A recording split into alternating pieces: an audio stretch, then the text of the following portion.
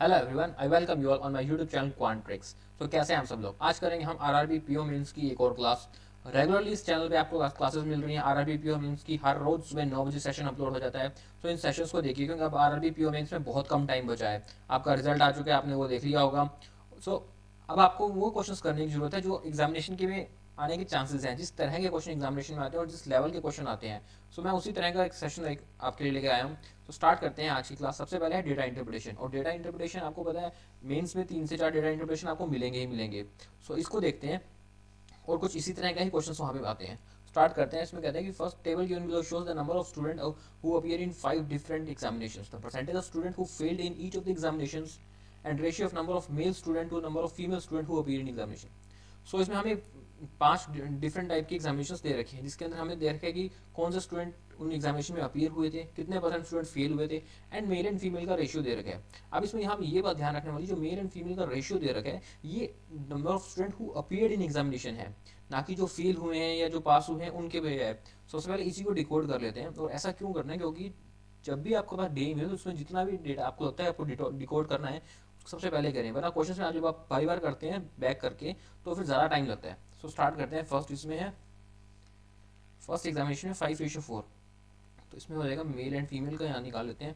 तो मेल हो जाएंगे इसके अंदर 300 एंड फीमेल हो जाएंगी 240। ठीक है। उसके बाद हमारे 750 है टोटल ऑफ पीरियड। 3:2 में बांटना है इसको, तो ये हो जाएगा 450 एंड 300। सी है हमारा 5:7, तो 50, 25, 250 एंड 350। एंड डी है 10:7, 17, 5, तो ये हो जाएगा हमारे पास 500 और ये हो जाएगा हमारे पास 350। और उसके बाद ये ई का जो है 3:7, ये है 3:5 है। इसको ध्यान रखना, ये है 3:5। तो इसको 3:5 में बांटते हैं। 8 120, तो 12 36 एंड 600। सारे आगे मेल मेल भी आगे, फीमेल भी आगे। अब चलते हैं क्वेश्चंस पे। फर्स्ट क्वेश्चन हमें क्या है, what is the total number of female who appeared in examination B and D together. So B and D में जितनी फीमेल्स थी उनका पूछा है हमें। बी में कितनी फीमेल थी, बी में थी मेरे पास 300 एंड डी में कितनी थी 350। ठीक है, तो टोटल हो गई 650। और हमें क्या पूछा, total number of female B and D के, तो हमारा आंसर आ जाएगा option number D 650। This is our right answer. Okay, चलते हैं नेक्स्ट क्वेश्चन पे। नेक्स्ट क्वेश्चन में कहता है find the difference between number of male student who appear in examination A and B together and female C and E together. तो difference बताना है। सबसे पहले तो मेल जो ए एंड बी में है, ए एंड बी में मेल कितने हैं 300 और 450, यानी 750। और उसके बाद पूछा है फीमेल, फीमेल जो कि सी एंड ई में कितनी है टुगेदर। तो सी एंड ई में फीमेल कितनी है, सी में है 350 एंड ई में है 600, तो इट्स 950। और इसका डिफरेंस पूछा है हमें, जिसका डिफरेंस होगा 200। Option number A is our right answer 200। Correct. तो क्वेश्चन में कुछ भी नहीं था, सिर्फ आपको फटाफट डेटा डिकोड करना है। और ऐसा एक डीआई जरूर आता है जो इजी होता है, जो करने वाला होता है। अगर इसी को आप डीआई देख के बाद में छोड़ दोगे, फिर टाइम नहीं बचेगा, तो फिर दिक्कत हो जाएगी एग्जामिनेशन में। तो इसमें कहता है कि the ratio of number of male student to female student who failed in examination E 5:3, then find the number of female student who pass in examination E. So E का डेटा देखते हैं। उसमें हम देख रहे हैं ई में हमारे पास 960 थे, उसमें 25% स्टूडेंट फेल हुए थे। ई में टोटल हमारा जो थे वो 960 थे, उसमें से जो फेल हुए हैं वो 25% हुए हैं। तो फेल हुए हैं 240 एंड जो पास हुए हैं वो बच जाएंगे हमारे पास 720। ये पास हुए। अब हमें दे रखे कि male to number of male student to female student who fail in examination. तो फेल में जो मेल एंड फीमेल थे उनका रेशियो दे रखे है 5:3 में। ठीक है, 8 3 24 3, तो ये हो जाएगा 150 एंड ये हो जाएगा 90। अब हमें पूछा number of female student who pass in examination E. तो हमें बताना है कि जो एग्जामिनेशन में पास हुए फीमेल वो कितनी है। ठीक है, जो जो फीमेल फेल हुई है वो तो है 90 एंड टोटल फीमेल कितनी थी ई के अंदर। ई के अंदर टोटल फीमेल थी 600। सो टोटल थी 600, इसमें से 90 तो फेल होगी, हमने निकाली, तो पास हो जाएंगी जो बची हुई वो जाएंगे 510 and option number D is the right answer 510। Okay, चलते हैं नेक्स्ट क्वेश्चन पे। नेक्स्ट क्वेश्चन में कहते हैं find the average of the number of student who pass in examination A B and E. So A B and E में जो student पास हुए हैं उनका हमें एवरेज बताना है। हमारे पास फेल का परसेंटेज है, तो उसको लेस कर देंगे तो पास का परसेंटेज निकल जाएगा ए बी एंड ई में। सो तो जो ए में पास हुए हैं 20% फेल हुए हैं, यानी 80% पास हुए हैं ए में, तो इसका 80% हो जाएगा 24 32। ये है ए का। उसके बी एंड ई, बी में है 18 यानी 82 यानी 41 25 है ना, 60 61 615। उसका ई में कितने हमारे पास, इसका 25% हो जाएगा 240, और 240 में से इसको लेस कर देते हैं तो ये हो जाएगा हमारे पास 720, और इनका टोटल कर लेते हैं तो यह 7 डिवाइड बाई 3, क्योंकि इनका एवरेज पूछा है उसके अंदर हमें, तो इसका जो डिवाइड बाई 3 करते हैं तो इसका एवरेज आ जाएगा 589, and this is our right answer, and that is 589। Option number A is our right answer 589। Okay, चलते हैं नेक्स्ट क्वेश्चन पे। नेक्स्ट क्वेश्चन में क्या है, number of student who failed in examination C, what percent of number of student who failed in examination D. So C को D से compare करना है इसमें, कि जो जो फेल हुए हैं उसमें। तो सी में कितने परसेंट फेल हुए, 32%। सी में 16% स्टूडेंट फेल हुए, तो सी का होगा 600 का 16%, 96 स्टूडेंट जो है वो फेल हुए। और डी में कितने परसेंट स्टूडेंट फेल हुए, 85 का 32%। ये हो जाएगा 85 मल्टीप्लाई 32, ऊपर 10 लिख देता हूँ मैं, यहाँ आ जाएगा 100। 16 चौक 64, 16 6 96 होता है ना, 6 तो ये तो कट जाएगा, 3 आ जाएगा, उसके बाद ये कट जाएगा 5 10 20 570, तो ये हो जाएगा 600 बटा 17 is equal to 17 51 17 35 point something आएगा। क्या ऐसा कोई आंसर ऑप्शन में है हमारे पास? Option number E is our right answer 35.3। Okay, चलते नेक्स्ट क्वेश्चन पे। नेक्स्ट क्वेश्चन है अर्थमेटिक का क्वेश्चन। तो देखो अर्थमेटिक के क्वेश्चन आपको एग्जामिनेशन में भर भर के मिलेंगे, 10 से 12 क्वेश्चन मिलते हैं मेंस में अर्थमेटिक के, और मेंस में अरे सही क्वेश्चन आते हैं अर्थमेटिक के, और छोड़ना नहीं है क्योंकि सारे क्वेश्चन टफ नहीं होते, सारे क्वेश्चन ईजी भी नहीं होते। तो ये मत सोचना कि अर्थमेटिक बिल्कुल बाद में रखेंगे और करेंगे नहीं, ऐसा नहीं है ना। इसमें हमें दे रखा है कि man can row a boat at a speed of 5 km per hour in still water. If speed of the current is 3 km per hour, then he take 12 hour more in traveling p km upstream than in traveling p km downstream. यानी इसमें हमें एक boat है जिसकी speed दे रखी है still water में 5 km per hour, ठीक है, एंड स्ट्रीम दे रखी है हम, एंड स्पीड ऑफ करंट यानी कि स्ट्रीम की स्पीड भी दे रखी है हमें 3 km पर आवर। तो इससे जो ये हमारे स्टिल वाटर की स्पीड है, तो इससे हमारे पास डाउन स्ट्रीम भी निकल जाएगी जो कि हो जाएगी 8, एंड अपस्ट्रीम निकल जाएगी जो कि हो जाएगी 2 km पर आवर। ठीक, अब ये कहता है कि उसको 12 आवर्स ज़्यादा लगते हैं जब वो पी किलोमीटर जाता है डाउन स्ट्रीम पे, पी किलोमीटर अपस्ट्रीम पे, तो अपस्ट्रीम स्पीड है उसकी 2, एंड जब same P kilometre down stream पे जाता है 8 से, तो उसको 12 आवर्स ज़्यादा लगते हैं। तो यहाँ पे उसको निकालेंगे तो ये आ जाएगा 3p इज इक्वल टू 12, तो p आ जाएगा यहाँ पे हमारा 12 इंटू 8/3, सो p आ जाएगा 32। और हमें क्या पूछा है, 2p की वैल्यू फाइंड करनी है, तो इसको मल्टीप्लाई 2 कर देंगे 64, and option number C is the right answer 64 kilometre, correct. चलिए नेक्स्ट क्वेश्चन पे, बहुत इजी, तो ऐसे इजी क्वेश्चन आते हैं एग्जामिनेशन में। नेक्स्ट क्वेश्चन है पार्टनरशिप का। हर टॉपिक से क्वेश्चंस मिलेंगे आपको अर्थमेटिक के अंदर, तो सारे टॉपिक्स करके आने, कोई भी टॉपिक छोड़ना नहीं है। इसमें कहते हैं कि ए and be started a business with an investment of 10x and 2x respectively. 6 month later be increase his investment 25%। तो कोई बिजनेस स्टार्ट किया था उसमें ए बी एंड सी ने, ठीक है, ए ने किया 10x पे, बी ने किया 20x पे, and 6 month later be increase his investment by 25%।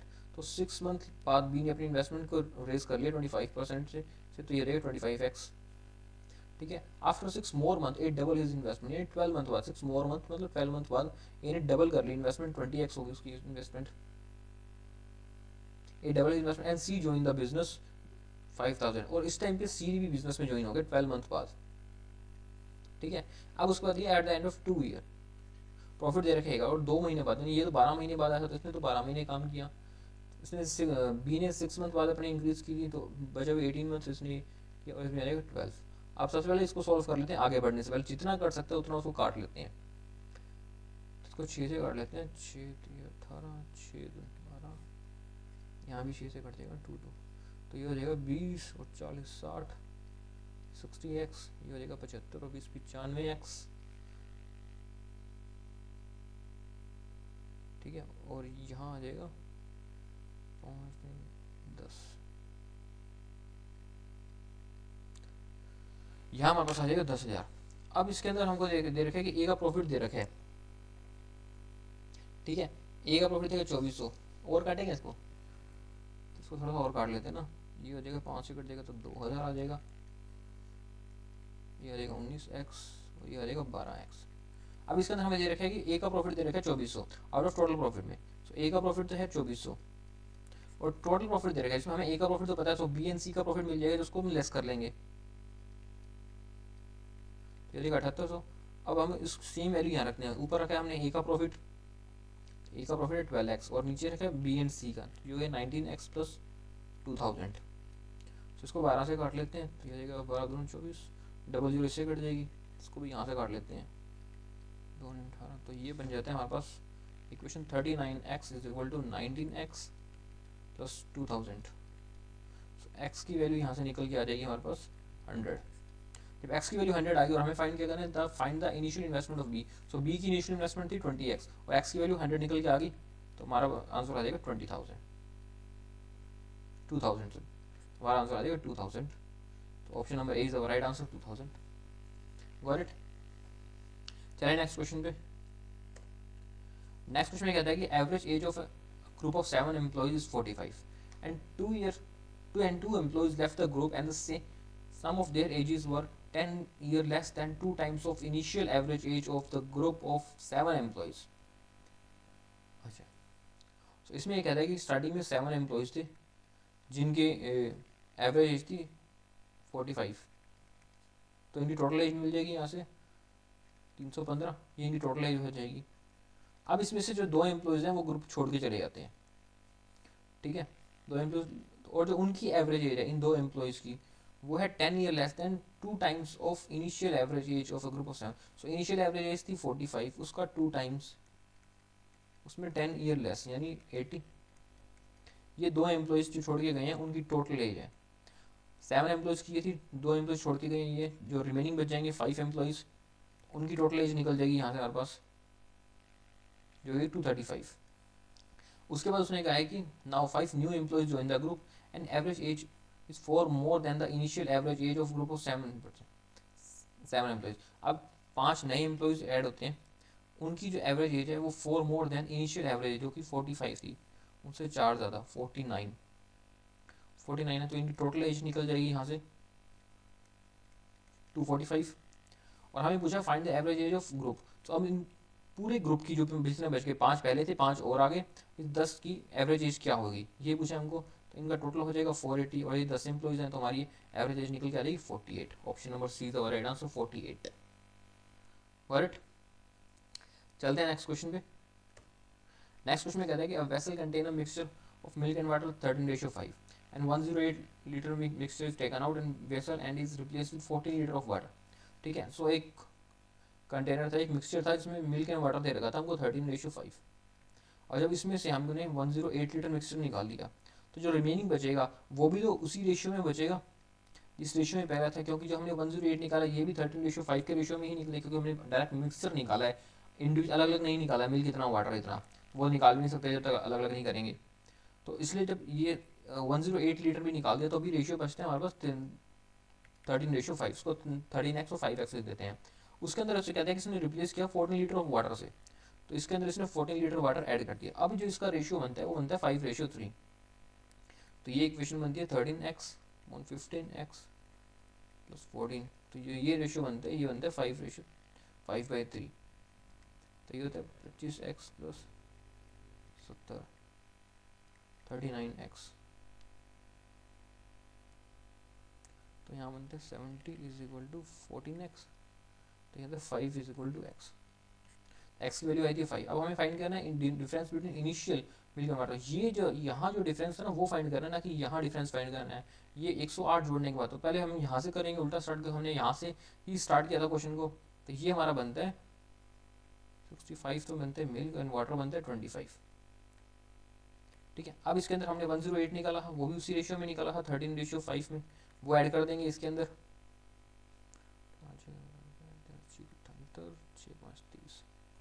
तो यहाँ आ जाएगा हमारा 55, ये 143। अब इसका डिफरेंस पूछा हमने, तो इसका डिफरेंस हो जाएगा हमारे पास 88, तो ये हमारा option number D is right answer 88। Okay, समझ आया। अब चलते हैं नेक्स्ट क्वेश्चन पे। एंड क्वेश्चन अच्छे लगते हैं तो प्लीज़ वीडियो को लाइक कर दो, चैनल को सब्सक्राइब कर देंगे। हर रोज़ आपको ऐसे सेशंस मिल रहे हैं सुबह 9 बजे, तो उन सेशंस को देखिए, आपकी एग्जामिनेशन में बहुत बेनिफिशियल रहेंगे। अब इसमें हमें दे रखा है कि एक और D I, ODI D I, cumulative D I, और क्यूमुलेटिव डी आई एग्जामिनेशन में आती है, काफ़ी बार आती है, कुछ लोगों को बहुत सारी कन्फ्यूजन लगती है, तो आज इसको करना सारी कन्फ्यूजन क्लियर हो जाएंगी। इसमें इसमें कहता है कि टोटल मेल एम्प्लॉइज दे रखे हैं हमें इसके अंदर, हाँ, इसमें हमें कुछ दे रखे डेटा दे रखे 5 सालों का, और ये देखें डेटा देखें 2010 टिल 2011 टिल 2012। टिल 2011-12 का मतलब है कि 2010 प्लस 11, टिल 2012 मतलब 2010, 2011 एंड 2012, उस टाइम तक जितने भी हैं उनका टोटल। उसके बाद हमें दे रखा है आगे total male graduates and percentage of male graduates out of total number of graduates. ठीक है, तो इसके अंदर देखो जब ये परसेंटेज दिया होता है ना क्यूमुलेटिव डीआई में, तब ये परसेंटेज इंडिविजुअली का नहीं दे रखा कि सिर्फ उसी साल का, ये दे रखा है टिल उस साल तक की जितना भी पीछे का डेटा था उन सबका। जिस तरह जो ये डेटा दे रखे हैं मेल का, ये भी सिर्फ उस साल का नहीं दे रखा, उस साल तक का जितना। तो जब हम उसका एक्चुअल डेटा निकालेंगे, जैसे ये मेल है, तो हम जो ये एक्चुअल मेल निकालेंगे, यानी एक्चुअल मेल मीन्स उसी साल के, तो ये निकालेंगे 400, तो इसमें होगा 1000 माइनस 400 जो कि 600, यहाँ आएगा 800, जैसे 1200, 2013, और फिर यहाँ आ जाएगा हमारा 2000। ठीक है, अब इसके अंदर हमें दे रखा है कि male percentage of male out of total percentage of total number of graduates. अभी जो 80% दे रखे हैं टोटल नंबर ऑफ ग्रेजुएट्स है, यानी यहाँ पे 400 थे, 400 का 80% दे रखा है, ये 400 मेल है, ये 80% है, तो इसका 100% निकालेंगे तो हम, तो ये रहेगा 500। ठीक है, यहाँ पे टोटल लिख देते हैं, टोटल हो जाएंगे 500। अब जो बचती है फीमेल, उसमें से लेस कर देंगे, तो ये हो जाएगी अपने पास 100 फीमेल। ठीक है, अब नेक्स्ट चीज में चलते हैं 2011 में। 2011 में 1000 है, ये 40% है, तो जो 1000 जो 40% है, तो उसका टोटल निकल जाएगा हमारा 2500, ये निकलेगा। अब ये 2500 है, ये 2010 का भी 2011 में का भी है, तो जब 2011 में का टोटल एक्चुअल टोटल निकालेंगे तो वो हो जाएगा 2500 माइनस 500, जो कि 2010 का लेस करेंगे, तो ये बचता है हमारे पास 2000, और यहाँ पे आ जाएगा अपना 1400 जो कि फीमेल आएगा। उसी तरह आगे करेंगे ये 1800 50%, यानी टोटल हो जाएगा अपना 3600, और एक्चुअल टोटल निकलेगा तो वो हो जाएगा अपना 1600, 1860, यहाँ 25, सॉरी 2500 था टिल 2010-11। अब क्योंकि 2012 के अंदर 10 भी है, 10 भी ऐड है, 11 भी ऐड है, तो 12 के अंदर हमें 10 का भी, 10 और 11 दोनों का लेस करना पड़ेगा, जो 2500 है, तो यहाँ बनेगा अपना 1100, तो यहाँ बनता है 300 फीमेल। उसी तरह 3000 60% है, ठीक है, 3000 का 60% है, तो उसका टोटल निकालते हैं जब, तो वो बनता है अपना 5000। 5000 में ऊपर के जब सारे रेट लेस करेंगे तो वो आएगा 3600, तो जो रिमेनिंग बचता है अपने पास वो बचता है 1400, और जब फीमेल बचती है अपने पास वो बचती है 200, इतना है ना, फीमेल बचती है 200। अब देखते हैं 2014 में, 2014 में 50% इन टोटल हो गया 10,000, उसमें से 5,000 बाकी होगा पुराना, तो जो एक्चुअल 14 का बचेगा वो आएगा 5,000, जिसमें से 2,000 तो मेल निकाल लिया हमने, तो रिमेनिंग बचेंगी 3,000 फीमेल। सो ये है एक्चुअल डेटा। इस डेटा पे हमको सारे क्वेश्चन सॉल्व करने हैं।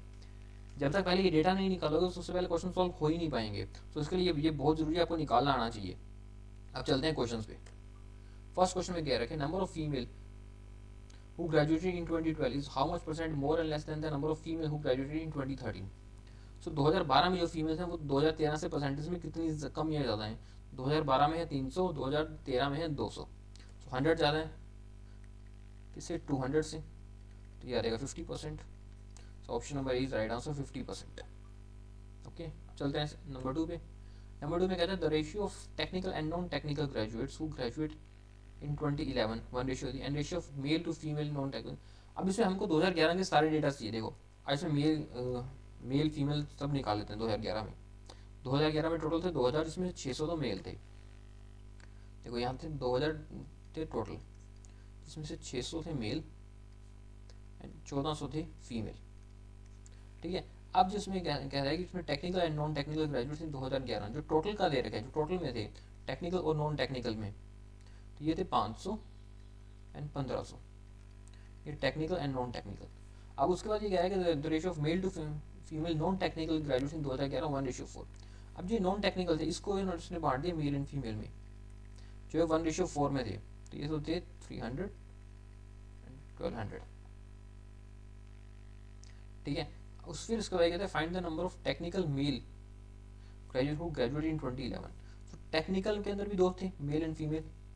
अब मेल पूछा इसने कितने थे, अब देखो नॉन टेक्निकल के अंदर मेल थे 300, और दो ही तरह के डिपार्टमेंट है, टेक्निकल एंड नॉन टेक्निकल, और टोटल जो मेल थे हमारे पास 600, इसमें से 300 तो हमारा नॉन टेक्निकल है और हमको पूछे टेक्निकल, तो पीछे बचे हुए टेक्निकल होंगे जो कि होंगे 300, 600 minus 300 is equal to 300। Okay, चलते हैं नेक्स्ट क्वेश्चन पे। नेक्स्ट में कहता है what is the ratio of total number of graduates who graduated in 2010 and number of graduates who graduated in 2014। तो टोटल नंबर ऑफ ग्रेजुएट जो 2010 और 2014 में ग्रेजुएट हुए हैं उनका रेशियो पूछा है हमसे। 2010 में टोटल ग्रेजुएट हुए थे 500 एंड 2014 में ग्रेजुएट हुए हैं 5000, सो इनका रेशियो होगा 1:10। सिंपल, ऑप्शन नंबर बी, क्योंकि हमने सब सारा डेटा निकाल रखा था पहले, और सारा डेटा निकालना ही बहुत ज़रूरी है क्यूमुलेटिव के अंदर, तो आपको जितना हो सके उतना जल्दी निकाल लो। उसके बाद कहते हैं only 55% of female graduates who graduated in 2014 opt for higher studies and male to female 2014। तो 2014 का डेटा देखते हैं उसमें क्या था पहले। 2014 में हमारे टोटल 5000 थे, जिसमें 2000 तो मेल थे, 5000 जिसमें मेल थे हमारे पास 2000 एंड फीमेल थी 3000। इसमें से 55% female graduated in 2014 for higher studies. इसमें से जिन्होंने हायर स्टडीज़ के लिए प्रेफरेंस दी है वो 55% है, तो ये हो जाएंगे 1650। And ratio of male to female who graduate 2014 for higher studies 2:3। ये थी फीमेल की। अब मेल और फीमेल का रेशियो दे रखे हैं हमको 2:3, ठीक है, तो इसमें भी निकाल लेते हैं हम, तो 1100 हो जाएगी मेल जो रेशियो है। And number of mail graduate 2014 who did not opt for 2014। सो जिन्होंने 2014 मेल में ऑप्ट नहीं किया था वो जो रिमेनिंग बचेंगे वो ही जो कि होगी 900, and option number D is the right answer 900। Okay, चलते हैं नेक्स्ट क्वेश्चन पे। नेक्स्ट क्वेश्चन में कहता है कि what is the difference between the number of female graduates who graduated in 2011 and that of 2014। Number of female जो कि 2011 और 14 का डिफरेंस पूछा है इसने। फीमेल 2011 में थी 1400 और 14 में थी 3000। तो जो difference between number of female graduates who graduated in 2011 and that in 2014। Female 2011 में थी 1400 और 1400 और उसमें थी 14 में 3000, तो जो उसका बीच का डिफरेंस होगा वो 1600, option number B 1600। Data sufficiency. इस क्वेश्चन को सबसे पहले पोस्ट के वीडियो को खुद से करना, क्योंकि डेटा सफिशिएंसी बहुत इंपॉर्टेंट होता है। ऐसे 4 से 5 क्वेश्चन आपको हर मेंस एग्जामिनेशन में मिलते हैं, और डेटा सफिशिएंसी ऐसा क्वेश्चन में होता है जिसमें कुछ क्वेश्चन के अंदर आपको पेन भी नहीं उठाना पड़ता और मेंस में आपको बहुत अच्छा स्कोर कर पाते हैं उसमें, अगर आपके कॉन्सेप्ट क्लियर हैं तो। स्टार्ट करते हैं इस क्वेश्चन से। इसमें क्या रखा है, a man invested a certain amount at 15% per annum, find the simple interest received by him after 2 years at simple rate of interest. इसमें कहते हैं कि एक मैन है जिसने 15% पे इन्वेस्ट किया, 2 साल बाद उसका सिंपल रेट ऑफ इंटरेस्ट, तो उसका सिंपल इंटरेस्ट क्या होगा ये हमें बताना है।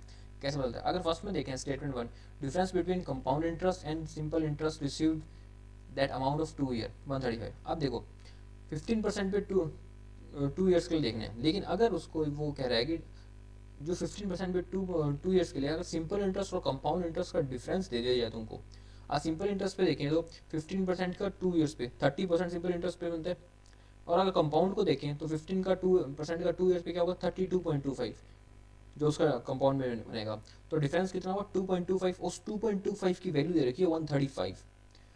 2.25 की वैल्यू जो 135 दे रखी है तो उससे हमको प्रिंसिपल मिल जाएगा, उसका प्रिंसिपल भी मिल गया तो कुछ भी फाइंड कर लो, सब कुछ मिल जाएगा। सो स्टेटमेंट 1 से तुम्हारा आंसर आ रहा है, और इसी तरह से ही करना है मेंस के अंदर क्वेश्चंस भी आपको। सेकंड में क्या रखा है, स्टेटमेंट सेकंड में, if same amount was invested at 12% per annum, simple interest would after 2 years would be 300 less than. अब ये कह रहा है कि सेम अमाउंट को, ठीक है, सेम अमाउंट है, प्रिंसिपल उसको छोड़ दो, ये कह रहा है 12% पे 2 years के लिए देते हैं, 12% पे 2 years के लिए देते हैं, तो टोटल जो परसेंटेज बनेगा वो कितना बनेगा, 12% का 2 years के लिए 24%, और एक्चुअल में था कितना क्वेश्चन में 15% का 2 years 30%। सो 30 एंड 24 का डिफरेंस हो जाएगा 6। ठीक है, उस 6 की वैल्यू दे रखी है 300, और जो 6 की वैल्यू दे रखी है तो प्रिंसिपल भी आ जाएगा और सब कुछ निकल जाएगा। तो स्टेटमेंट 2 से भी हमारा आंसर आता है, तो इसके लिए हमारा आंसर होगा इधर statement 1 and statement 2 alone are answer. Got it. कुछ भी करने की जरूरत नहीं है इसमें, सिर्फ आपको कॉन्सेप्ट अगर क्लियर है ना तो हो जाएगा फिर। अब चलते हैं नेक्स्ट क्वेश्चन में। नेक्स्ट क्वेश्चन में कहता है कि 2 इनलेट पाइप है A and C and outlet pipe है बी। इस बात का ध्यान रखना कि बी जो है वो आउटलेट पाइप है, ठीक है। And A and B together can fill the tank in 30 minute. ये क्वेश्चन में दे रखे है कि ए और बी किसी टैंक को 30 मिनट में फिल करते हैं। उसके बाद दे रखे है ratio of efficiency A and C दे रखी है 1:2। Time taken by B alone to empty the full tank 10 minute more than the C. So B को सी से 10 मिनट ज़्यादा लगते हैं। ये दे रखा है स्टेटमेंट 2 में। स्टेटमेंट 3 में क्या रखा है A B C together can fill tank 30/7, और हमको फाइंड करना है बी। सो किसी भी स्टेटमेंट से अलोन तो आंसर आ ही नहीं रहा, क्योंकि बी के बारे में हमको ना तो एफिशिएंसी पता ही नहीं चल रही प्रॉपर। सो दो दो के पेयर में देखते हैं। अगर सबसे अच्छी इन्फॉर्मेशन सी में दे रखी है ए बी एंड सी, जो स्टेटमेंट 3 में कह रहे हैं, यानी ए बी एंड सी उसको टैंक को 30/7 मिनट में फिल करते हैं। तो ए बी एंड सी को 30/7 मिनट में फिल करते हैं और ए बी 30 मिनट में फिल करते हैं, तो इससे हमारे को पता चलेगा कि सी कितने टाइम में फिल करता है। तो स्टेटमेंट 3 में सी आ जाएगा, तो स्टेटमेंट बी से पता चल जाएगा कि 10 मिनट ज़्यादा में फिल करता है। तो स्टेटमेंट 2 एंड 3 से तो आंसर आ जाएगा, ठीक है, क्योंकि बी और सी को पता चलेगा। और अगर स्टेटमेंट 3 में से मेरे को सी के बारे में पता चल रहा है, तो स्टेटमेंट ए में मेरे को ए का भी और सी का रिलेशन भी दे रखा है, तो स्टेटमेंट उससे मेरे को ए के बारे में भी पता चल जाएगा। ए के बारे में पता चलेगा तो मैं यहाँ से बी का भी पता चल जाएगा। तो 3 एंड 1 से भी आंसर आ रहा है। 3 तो बहुत काम का है। अब देख लेते हैं 1 एंड 2 से। अब सेम चीज़ इसमें 1 एंड 2 में भी कर लेते हैं। जो उसमें हमको दे रखा है कि ए एन बी 30 मिनट में करते हैं और ए एन सी की एफिशिएंसी दे रखी है, और ये भी बता रखा है कि बी सी से 10 मिनट ज़्यादा, तो 1 एंड 2 से भी हमारा आंसर आ जाएगा। So any two statement together is that is sufficient. ये हमारा राइट आंसर होगा, एनी टू स्टेटमेंट, क्योंकि यही पैटर्न से आपको वहाँ फॉलो करना, पहले सिंगल स्टेटमेंट का, फिर पेयर में स्टेटमेंट देखना, उससे आंसर आ रहा है, और फिर जब भी ना आए तो फिर तीनों स्टेटमेंट का एक साथ लेकर देखना, तुम्हारा आंसर आ जाएगा। थोड़ा टाइम लग सकता है बट यही रास्ता है और ऐसे ही करना पड़ेगा। नेक्स्ट क्वेश्चन कह रहे हैं find the downstream speed of boat, ठीक है, when v is the lowest prime number. So lowest prime number क्या होता है, that is 3, lowest prime number 3। उसको स्टेटमेंट 1 में दे रखा है difference between downstream speed of boat and speed of boat in still water. Downstream boat और still water की speed का जो डिफरेंस है वो है यहाँ पे, वो हो जाएगा हमारा 6। डाउनस्ट्रीम और स्टिल वाटर का डिफरेंस दे रखा है 6, तो इससे हमारे को डाउनस्ट्रीम स्पीड तो पता नहीं चलेगी। स्पीड कैसे पता चलेगी, स्पीड तो पता ही नहीं चलेगी, क्योंकि या तो रेशियो पता चलता है स्पीड का, तो स्पीड तो पता नहीं चलेगी।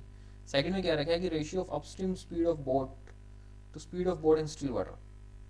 अपस्ट्रीम स्पीड और स्टिल वाटर की स्पीड दे रही है, हाँ यहाँ दे रही है हमको अपस्ट्रीम की स्पीड और स्टिल वाटर की स्पीड, तो डाउनस्ट्रीम की स्पीड भी आ जाएगी हमारे पास।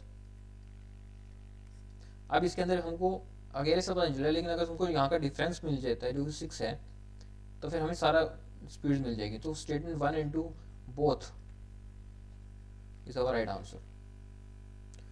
सो option number D is the right answer, both statement together are required for answer. Okay, चलते हैं नेक्स्ट क्वेश्चन पे। नेक्स्ट क्वेश्चन के अंदर एक कैसलेट डी दे रखी है, उसमें हमें दे रखा है कि ऐसी कैसलेट डी ना मेंस में आती है, और ये बहुत टफ नहीं होती, इसमें 2-3 क्वेश्चंस की डे होती है, लेकिन ये छोटी सी डे होती है और टाइम कंज्यूमिंग भी होती है, तो इसको जितना जल्दी हो सके उतना जल्दी निपटा दो। इसमें हमें दे रखे कि पाइप दे रखी है A B C and D together can fill a tank in 36 minute. A B C 72/5 minute. तो इसमें देखते हैं कि 4 पाइप के बारे में हमें बता रखे हैं A B C and D, जो मिलकर किसी टैंक को 36 मिनट में फिल करती हैं, और ए बी सी के बारे में हमको बता रखे हैं ये 72/5 मिनट में फिल करती हैं। और कुछ बता रखे हैं हमें pipe A and B inlet pipe, अच्छा सी एंड डी जो है ये आउटलेट पाइप है, इसको ब्रैकेट में लिखता हूँ, ये आउटलेट पाइप है, and D alone can fill a tank equal to the pipe A. So D डी की एफिशिएंसी होगी वो पाइप ए की एफिशिएंसी होगी, क्योंकि सेम टाइम में फिल और एम्प्टी करते हैं टैंक को, और ए एंड बी जो है वो मिलकर 72/7 मिनट में उसको टैंक को फिल करते हैं। तो यहाँ से इसका एलसीएम ले लेते हैं जो कि रहेगा 72, तो उसके उससे इनकी एफिशिएंसी पता चल जाएगी 5 और 7, ठीक है। अब यहाँ से क्या पता चलता है, यहाँ हमारे पास ए बी एंड सी का और यहाँ ए एंड बी का है, तो उसमें से लेस कर देंगे तो हमारे को सी की एफिशिएंसी मिल जाएगी जो कि हो जाएगी टू ब्रैकेट में, क्योंकि माइनस में है ना एफिशिएंसी, सी का आउटलेट पाइप है। अब सी की एफिशिएंसी मिलेगी। अब यहाँ पे same A B and C के बारे में हमें पता है, यहाँ A B C and D के बारे में पता है, तो यहाँ से हमको डी की एफिशिएंसी भी मिल जाएगी जो कि हो जाएगी 3, जो कि आउटलेट पाइप है। और हमें क्वेश्चन में दे रखा था कि डी एंड ए की एफिशिएंसी सेम है, सो ए की एफिशिएंसी भी हमारे को मिल जाएगी 3। तो बी की एफिशिएंसी, जब ए की 3 है तो बी की एफिशिएंसी हो जाएगी 4। तो सारी एफिशिएंसीज हमें मिल चुकी है। सिंपल था, कुछ भी नहीं था, सिर्फ एक कॉन्सेप्ट लगना था। अगर वो आपको कॉन्सेप्ट चाहिए तो निकल जाता है ये। अब चलते हैं क्वेश्चंस पे।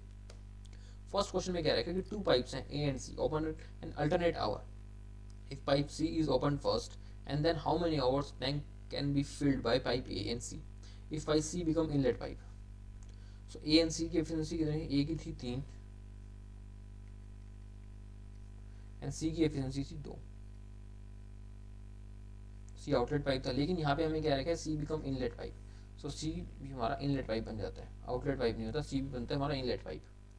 ठीक है, अब हमें ये कहा गया था कि ये अल्टरनेटिवली काम करना स्टार्ट करते हैं। सी ओपन फर्स्ट, यानी पहले सी ने काम किया दो एफिशिएंसी, फिर ए ने काम किया अपनी 3 एफिशिएंसी। टोटल यूनिट कितनी थी इसकी? 72।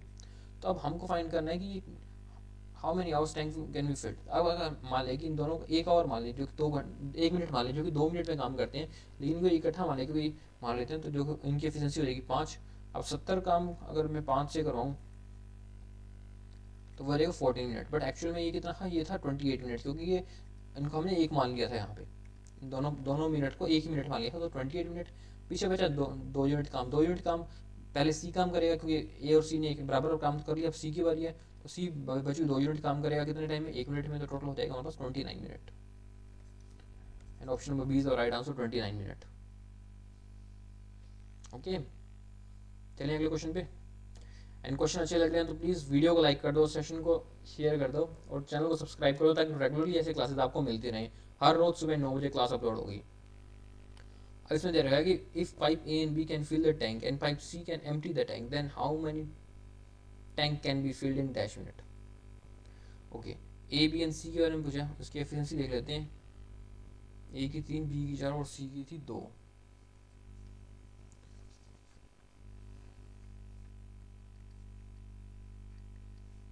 ए की 3, बी की थी 4 एंड सी की एफिशिएंसी थी 2। ठीक, अब हम सी एम्प्टी द टैंक स्पेसिफिकली बता भी दिया। अगर नहीं भी पता तो भी हम इसको आउटलेट ही मानते हैं, क्योंकि वो सिर्फ प्रीवियस क्वेश्चन में कंडीशन थी, बट एक्चुअल क्वेश्चन में जो पैराग्राफ के अंदर सी आउटलेट पाइप है, तो हमें बताने कि टैंक को कितने टाइम में फिल करते हैं। तो टोटल टैंक थे 72, तो कितने टाइम उस टैंक को फिल करेगा? तो इनकी टोटल एफिशिएंसी कितनी बन जाएगी हमारे पास?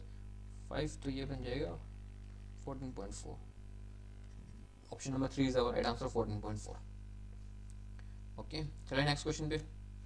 नेक्स्ट क्वेश्चन में कहता है कि if pipe A can fill the tank 33.33% more and D can fill the tank 33% less. So A and D की एफिशिएंसी जो कि बराबर थी, जो कि डी आउटलेट पाइप था, ए इनलेट पाइप था, उनकी दोनों की एफिशिएंसी थी 3। अब ये कहते हैं कि अगर ए अपनी एफिशिएंसी को इंक्रीज कर देता है 4 की और बी अपनी एफिशिएंसी को लेस कर देता है 33% से, जो बन जाती है 2, जो कि आउटलेट पाइप है, then pipe A and D can fill the tank. तो ये दोनों मिलकर उस टैंक को कितने टाइम में फिल करते हैं? टैंक की टोटल यूनिट 72, तो अभी करेंगे कितने? 36 मिनट में। 36 minute, option number D is our right answer, 36 minute. Correct. चलते हैं नेक्स्ट क्वेश्चन पे। नेक्स्ट में कहता है कि इफ ये कहता है a shopkeeper sell 1 unit of article P to A after discount of 40%, then earning profit of m%, shopkeeper sell another unit of the same article to b after discount of m%, and thus earning profit of n by 2%. Find the value of n if cost price of article b is 4000 and its markup by 100। ये बनाना question यहाँ से। अभी तक तो ऊपर सिर्फ N M ही घूम रहा था। सो कोई आर्टिकल है जिसका कॉस्ट प्राइस है 4000 एंड उसका मार्क प्राइस है 100% मोर एंड, तो मार्क प्राइस हो जाएगा 8000। ठीक है, अब उसने कहा है कि जो इसको सेल करता है तो 40% डिस्काउंट पे सेल करता है, तो उसका सेलिंग प्राइस यहाँ से निकल जाएगा, जो कि 4800, ये देगा उसका सेलिंग प्राइस।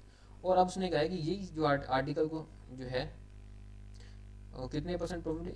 m% प्रॉफिट पे सेल किया, यानी यहाँ पे m% का प्रॉफिट हो रहा है। तो प्रॉफिट हो कितना रहा है? 800, कितने पे? 4000 पे। तो कितना परसेंट होगा ये हो जाएगा 20%, यानी m की वैल्यू आ जाएगी 20%। अब उसने कहा है कि shopkeeper sell another unit of same article, यानी ये सेम आर्टिकल की जो दूसरी यूनिट है वो दोबारा सेल करता है आफ्टर डिस्काउंट ऑफ m%। तो जो दूसरा था यूनिट सेम थी तो मार्क प्राइस सेम ही होगा। अब ये करता है m% का डिस्काउंट करता है, पहले प्रॉफिट था अब m% के डिस्काउंट पे सेल करता है उसको, तो उसका सेलिंग प्राइस आ जाएगा 6400 क्योंकि ये था मार्क प्राइस। तो जो उसका प्रॉफिट होता है वो n/2 का प्रॉफिट होता है। कितने का प्रॉफिट हुआ, उसका कॉस्ट प्राइस था 4000, तो यहाँ प्रॉफिट हो गया उसको 2400 का 4000 पे, तो ये बचा हमारा 60%। तो 60% की जो वैल्यू है ये वैल्यू है n/2 की, तो n की वैल्यू कितनी आ जाएगी यहाँ से 120, and option number A is right answer 120। Got it. So option number ए 120। अब चलते हैं नेक्स्ट क्वेश्चन पे।